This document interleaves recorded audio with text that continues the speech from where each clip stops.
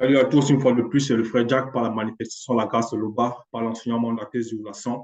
Donc, nous allons entrer encore aujourd'hui dans une fréquence, toujours par rapport à l'avancée, toujours par rapport à la marche, c'est-à-dire pour tout ce que nous avons appris, tout ce que nous devons apprendre, toujours par l'enseignement de la thèse du Lasson.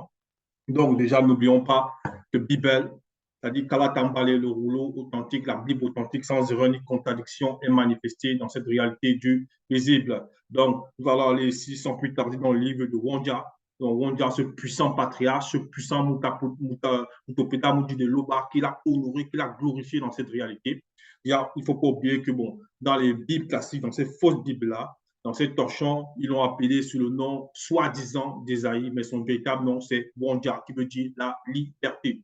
Et son titre, le livre c'est-à-dire son livre en réalité va symboliser la prise de contact et la vision du futur. Donc la prise de contact, pourquoi? Parce qu'il faut établir un contact avec ces personnes-là qui se sont éloignées du verbe d'été, qui se sont éloignées des recommandations. Et maintenant, s'ils comprennent cela, il va leur présenter cette vision-là que le verbe permet qu'ils puissent concevoir. Donc ici, on va aller dans le livre de Wondia, chapitre 1, on commence à partir du verset 9. Voilà ce qu'il est dit. Si le verbe nous eût conservé un faible reste, virgule, nous serions comme Wea, c'est-à-dire Sodome, nous ressemblerions à Sépè, c'est-à-dire Gomorre. Point. Oui, parce que Wea, Sodome et Sépè, Gomorre, c'est dans les Bibles classiques, vous connaissez ces villes-là. On les a appelées sous le nom de Sodome et Gomorre. C'était, on va dire, des villes dans le temps jadis, selon les fausses Bibles où les gens pratiquaient des abominations. Mais selon la véritable histoire, leur nom, c'est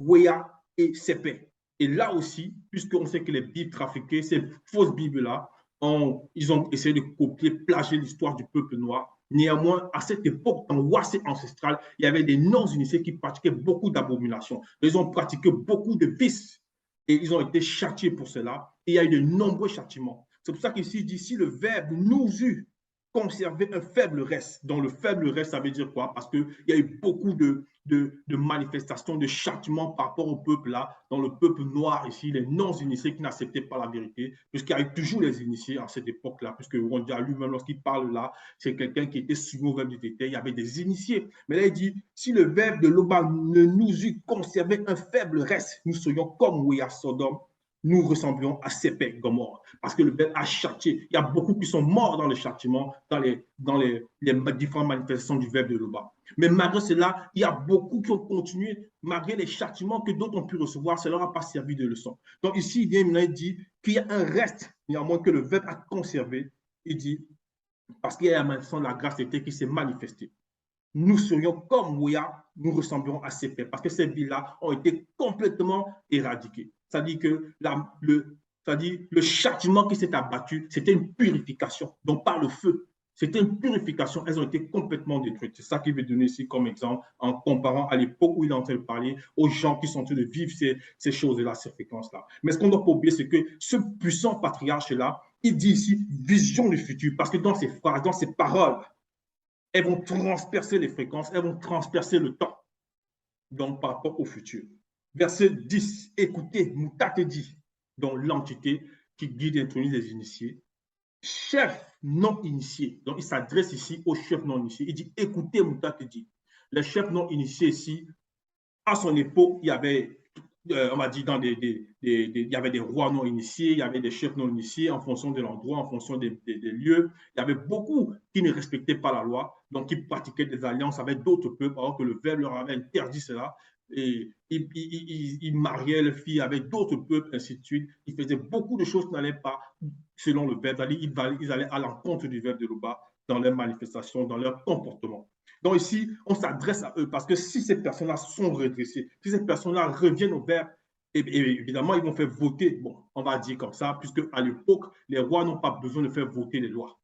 Les rois, même non initiés, ils imposaient, ils vont dire que c'était eux la loi, on va dire comme ça. Donc si eux, ils sont soumis au verbe de l'Oba, forcément, ils vont imposer au verbe, non aux personnes plutôt, qui sont dans leur royaume, non pas par la force, non pas qu'on les force à adorer le verbe, à adorer l'Oba plutôt, non pas qu'on les force à se mettre, on va dire, à se soumettre au représentant d'été, mais ils vont imposer les lois. Est-ce que quelqu'un ne se met pas, on va dire, ne respecte pas ces lois-là, alors il pourra être châtié d'une façon ou d'une autre. Dans tous les cas, les démons ne pourront plus avoir l'influence dans ces zones-là parce que les personnes qui sont en tête des peuples là vont se soumettre au Yoruba. On ne parle pas des rois initiés ici, on parle ici des non-initiés. Après, il dit chaque non-initié soit attentif à la loi du verbe de l'Oba.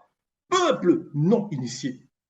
Donc, il dit d'abord ici au chef non initié qu'il soit, il dit, chef non initié, écoutez, il doit écouter. Il doit écouter ce que Mouta te dit à travers lui. Maintenant, il demande ici au peuple non initié d'être attentif. Verset 11, qu'est-ce que tu étais à faire de la multitude de vos sacrifices abominables, dit Mouta te dit. Point.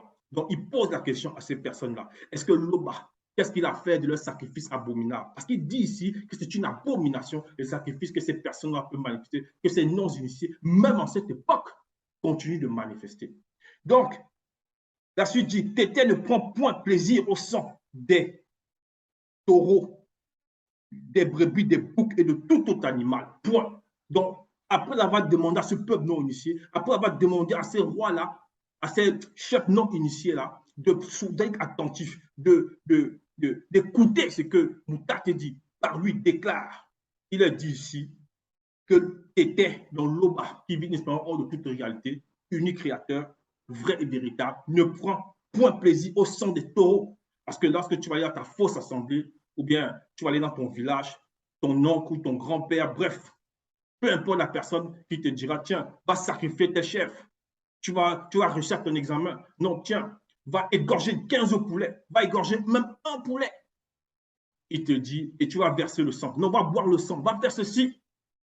Ou bien encore, il te dit, tiens, allons adorer JC. Parce que même le temps que tu vas passer pour aller adorer ce démon qui est derrière le personnage inventé de Jésus-Christ, même le temps que tu vas aller dans l'église là pour t'asseoir ou bien te mettre à genoux comme tu voudras, ce temps-là, c'est néanmoins un sacrifice que tu fais. Tu sacrifies une partie de ton temps. C'est toujours un sacrifice. Mais ici, là, il dit, quand quelqu'un ne prend point plaisir au sang des taureaux, des brebis, des boucs et de tout autre animal, oui, parce que ça soit au commencement, jusqu'à présent, jusqu'à la fin, ça sera toujours ainsi.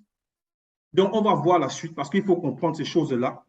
Ici, il nous dit cela pourquoi? Parce qu'on va comprendre une chose que même dans le temps, il y a des puissants patriarches. On va citer ici on va prendre un exemple, qui écoutait l'enseignement. C'est-à-dire, ce n'était pas un non-initié, mais c'était un non-initié gracié. Mais il y a eu l'influence par rapport aussi à l'éducation, par rapport à comment ses parents, qui n'étaient pas des initiés, l'avaient, on va dire, éduqué. Et un jour, dans sa marche, c'est-à-dire il écoutait à la parole, il mettait les recommandations en pratique jusqu'à un certain point, je dis bien, et il a traversé une fréquence. Et la fréquence, là, on va la voir ici, quand la grâce était.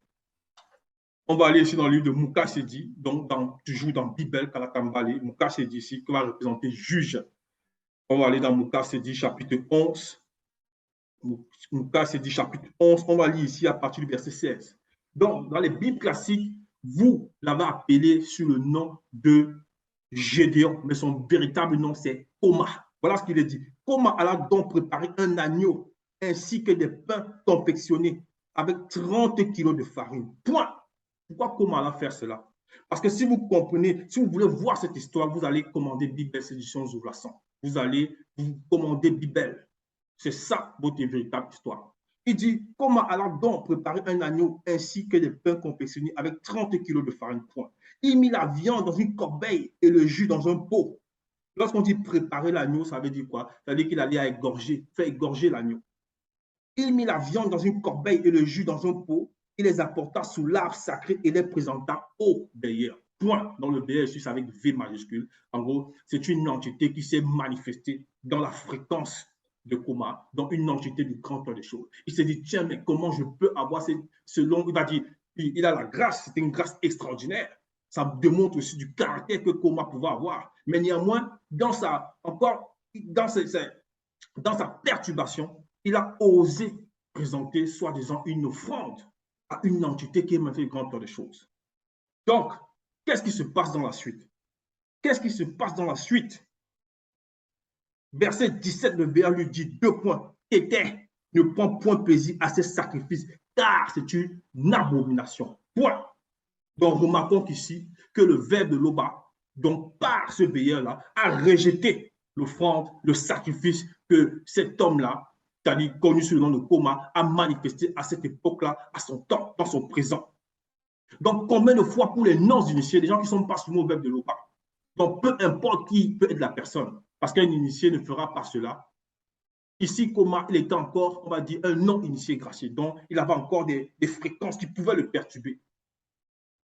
Donc, lorsqu'on revient ici dans le livre de Wonja 1, on va au verset 12, il dit, quand vous venez vous présenter avec vos sacrifices, qui vous demandent de suer la terre de vos ancêtres avec A majuscule. Donc ici, Wonja, c'est-à-dire, il porte des phrases-là au peuple-là non initié, à ces rois-là ou bien à ces chefs non initiés. Il dit ici, quand vous venez vous présenter avec vos sacrifices, qui vous demandent de suer la terre de vos ancêtres. Oui, parce que tu vas aller dans ta fausse assemblée. Ton faux pasteur va te dire non, achète l'encens, non, achète le sel, non, achète le lait, fais ceci, fais cela. Il va te dire non, verse ça à tel endroit. L'esprit va venir manger. Ça, c'est du n'importe quoi. Depuis quand un esprit qui n'est pas fait de chair, de sang et d'os, il n'a pas besoin de ces choses-là. Parce que tout ce que vous faites, tout ce que vous pratiquez là, ce sont des abominations. Même les démons, puisque vous offrez ces choses aux démons, vous allez aller sur les plages pour certains, ils vont dire non, on va aller offrir ça à la dame des côtes, ou bien qu'ils vont dire Mami Wata, ainsi de suite. Tout ça, c'est des abominations. Parce que les démons qui vous inspirent pour faire ces choses-là, eux-mêmes, ils ne mangent pas cette histoire-là. Donc, si tu prends ton argent pour acheter les sacs de riz, pour les jeter dans les fleuves, sache que tu dépenses ton argent pour rien. Tu dépenses ton argent pour rien. Et les faux pasteurs qui vous demandent de donner l'argent pour qui va faire les sacrifices pour vous, sachez que non, il est en train de vous duper. Il va tout simplement s'acheter des écrans plasma, des belles voitures, et ainsi de suite. Il va mettre ça chez lui. Il va mettre ça chez lui. Donc, arrêtez ces choses-là. Arrêtez ça. Lorsqu'on dit ici ancêtre, souiller la terre de vos ancêtres avec A majuscule, parce que les ancêtres, là, ça va symboliser les puissants patriarches, les hommes qui étaient sous mauvais pété, qui ont marché sur la vérité, qui ne pratiquaient pas ces abominations. Verset 13, ça dit, Wonja 1, 13, cessez de reprendre vos veines d'offrande sur le sol de Wassé, parce que le fait de verser, parce que Wassé est conscient. Wassé, la terre est consciente. Donc, lorsque tu verses même cette offrande, tu vas égorger le poulet, tu dis non, avec ça, ta fille là va me vernir. Non, avec ça, l'homme là va m'aimer. C'est une abomination que tu ne peux pas imaginer. Ce sont des malédictions que tu mets sur toi ou bien sur tes enfants. Bref, sur tout ce que tu peux entreprendre par rapport à cette chose-là. Ici, il dit, cessez de reprendre vos vaines offrandes sur le sol ouassé. Nous avons en horreur. Donc, nous ici, c'est-à-dire Wonja qui parle, mais lorsqu'il dit nous, il s'adresse à la part de nous. Nous avons en horreur, dont le nous, c'est avec N majuscule, dans les entités, dans en gros, bref, on va voir. Nous avons en horreur l'encens utilisé pour les rassemblements de culte dédiés aux démons, oui. Si tu es dans l'église catholique, bref, tout ce que tu veux, toutes ces religions-là, bouddhisme, yoga, bref, tout ce que tu peux imaginer, kémitisme, lorsque tu vas brûler l'encens, lorsque tu vas faire ceci, le vaudou, tout ça, tu vas dire non, c'est pour ouvrir la porte, non, c'est pour chasser les démons, non, c'est pour ceci. Au contraire, tu ouvres la porte à ces esprits-là pour qu'ils viennent vraiment te posséder, pour qu'ils viennent vraiment t'accompagner maintenant dans ta marche. Après, tu es étonné. Non, je n'arrive plus, j'ai les problèmes des yeux, je ne vois plus. Non, j'ai les couches de nuit. Ainsi de suite. C'est parce que tu pratiques ces abominations et ce sont des malédictions. Donc, cesse cela si tu pratiquais cela. Cesse ça tout de suite. Pas demain, mais dès maintenant. Donc, ici, il dit, cessez de reprendre vos vaines offrandes sur le sol roi. Nous avons en horreur l'encens utilisé pour les rassemblements de cultes dédiés aux démons. Parce que l'encens là que tu vois dans les églises, là, que les faux pasteurs, là, ceux qui se disent prêtres et autres, ils s'écoutent comme ça, ce sont des portes qui sont en train d'ouvrir pour que ces démons religieux qui sont dans ces églises-là puissent venir vous posséder. Et eux-mêmes sont déjà possédés. Les sabbats, tout ceci est de la sorcellerie, comme c'est dit ici. Dans la référence se trouve dans Lévitique 13, verset 11, toujours dans Karataba, les Bibles. Donc, si tu veux savoir cela, cette référence-là, tu commences l'édition Zoublassan. Verset 14, nous, donc nous aussi, tous ceux du grand toit des choses, sommes contre vos cérémonies occultes. Point. Donc, on va revenir maintenant au patriarche Koma.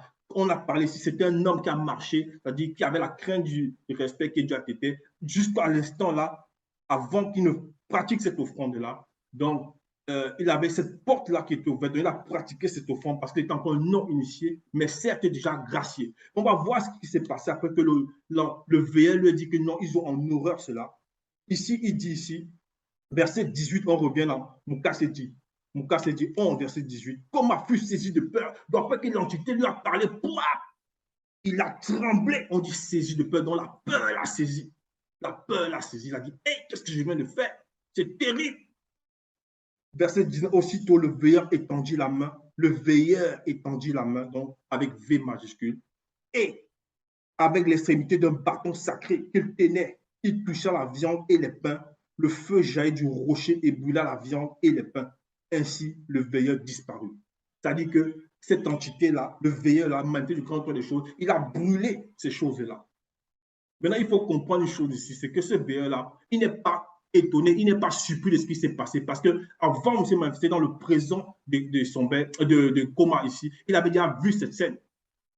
Donc, en fait, c'était en même temps, non pas que le verbe, parce que comme avait encore cette porte ouverte là, donc ici, c'était en même temps une purification pour lui, c'était une façon de lui montrer qu'il avait encore une porte. Ce n'est pas le veilleur qui lui dit, offre quelque chose. Non, le veilleur vient et le veilleur brûle néanmoins l'offrande et par là, il comprend qu'il avait encore une porte ouverte.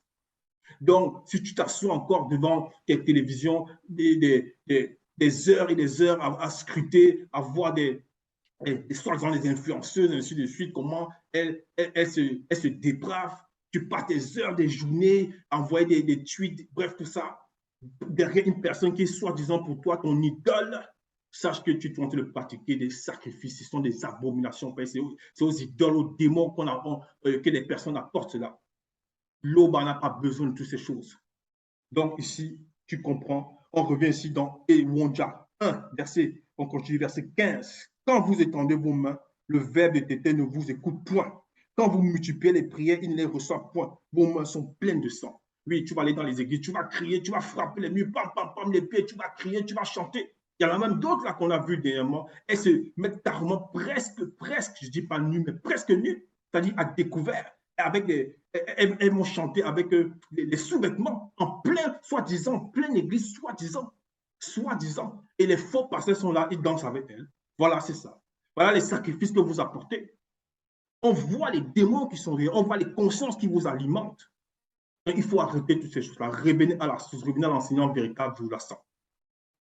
Quand vous étendez vos mains, le verbe était ne vous écoute point. Tu vas aller au village, tu vas crier, tu vas invoquer, bref, n'importe quelle fausse divinité. Tu vas tu vas égorger les porcs, égorger les poulets, bref. Tu vas lancer le sang là-bas, l'encens ici. Tu vas dire non, j'ai été guéri. Sache que si tu crois que tu étais malade, même si tu avais un souci, c'est le démon qui te possédait. Il converse avec un autre démon qui alimente le faux pasteur ou le soi-disant guérisseur qui est devant toi. Et après l'instant, tu ne ressens plus cette douleur. Tu dis non, il m'a guéri parce que c'est un jeu qui manifeste. Après, tu dis non, il faut que je continue à égorger le poulet. Donc arrête ces choses-là. Tout ça, c'est des abominations. Verset 16, lavez-vous spirituellement, parce que le Père était qui lave spirituellement, dans la soumission, dans l'obéissance à la parole. C'est en cela que tu verras que toutes ces maladies, si tu as réellement, si tu es malade, parce que même quand quelqu'un n'écoute pas la parole, il est malade déjà spirituellement. Donc, tu vas connaître la purification dans les trois plans, parce que c'est les trois éclairs purifiés. Lavez-vous spirituellement, purifiez-vous, ôtez la méchanceté de vos actions, cessez de faire le mal. Donc ici, on te donne les révélations. Qu'après avoir cessé tes abominations, après avoir cessé de pratiquer les cultes, les crânes, toutes ces choses-là, tu écoutes le message que Zulasa apporte, tu te laisses enseigner et tu pratiques cela donc avec amour, avec humilité, avec justice, équité. Tu arrêtes de pratiquer les insultes, la méchanceté, la moquerie, ces choses-là. Il dit ici, dans la suite, verset 17, apprenez à faire le bien. Donc maintenant, tu apprends à faire le bien. Nous devons tous apprendre à faire le bien parce que c'est un apprentissage. Ça ne se manifeste pas comme ça parce que l'homme est venu, en gros, nous sommes venus après la chute. Donc, certains peuvent avoir des parents qui ont pratiqué beaucoup de choses et ça s'est transformé. On va dire les enfants ont reçu ces choses-là. Ça veut dire que ça devient des caractères héréditaires accompagnés de démons héréditaires. Mais ça, c'est une autre chose. Maintenant, la personne, elle pratique aussi selon sa volonté, selon ses désirs.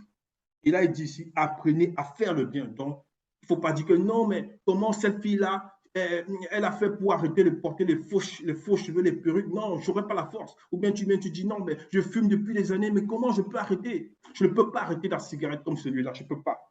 Non, laisse le verbe t'amener.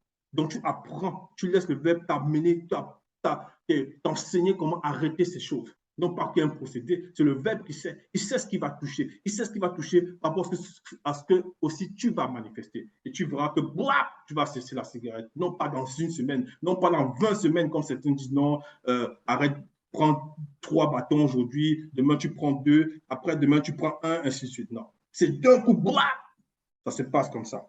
Apprenez à faire le bien, rechercher la justice, protéger l'opprimé connu. Donc, il ne faut pas être injuste, il faut manifester la justice. Faites droit à l'orphelin connu, défendez la veuve connue. Les connus, là, sont les personnes que le peuple était sait que lorsqu'ils vont quitter ce visible-ci, ils accepteront la parole. Ils peuvent se manifester demain, ils peuvent se manifester dans 10 jours, dans un mois, mais ils sont néanmoins connus. Le connu, c'est celui qui est soumis au verbe de Loba. Et maintenant, le véritable connu, c'est celui qui entre dans la réalité connue. Verset 18, ainsi par Mouta te dit, même si vos péchés ont la couleur du sang, ils seront effacés. Donc, c'est ça que l'on te dit ici, Mouta te dit, malgré tous les châtiments que le peuple a pu recevoir, on voit aujourd'hui à Ouassé, on voit comment il y a les guerres, on voit comment beaucoup souffrent, alors que dans le continent, c'est ça le continent Ouassé, il y a tout. La nourriture, les richesses, bref, il y a tout. Le sol est riche, il y a l'eau, il y a tout. Pour avoir l'énergie, il y a le soleil qui manifeste. Bref, il y a beaucoup de choses. Donc, comment est-ce que plusieurs souffrent alors là-bas? Ainsi, par dit, même si vos péchés ont la couleur du sang, ils seront effacés. Donc, cesse de pratiquer ces abominations et tu verras le changement. C'est le verbe qui le déclare. C'est Mouta dit qui le déclare. Verset 19, si vous avez de la bonne volonté et si vous êtes docile, vous mangerez les meilleures productions du continent. Point. Parce que c'est ça. Si l'homme noir se réveille en écoutant la parole, le message que les enfants apportent, vous verrez le changement. Vous verrez comment la transformation, déjà, ça commence à s'opérer. On voit beaucoup ouvre déjà la conscience. Et maintenant, dans le plan spirituel, ça va suivre simplement dans le plan astral et physique. Donc, Téter se glorifie toujours. Ainsi soit-il.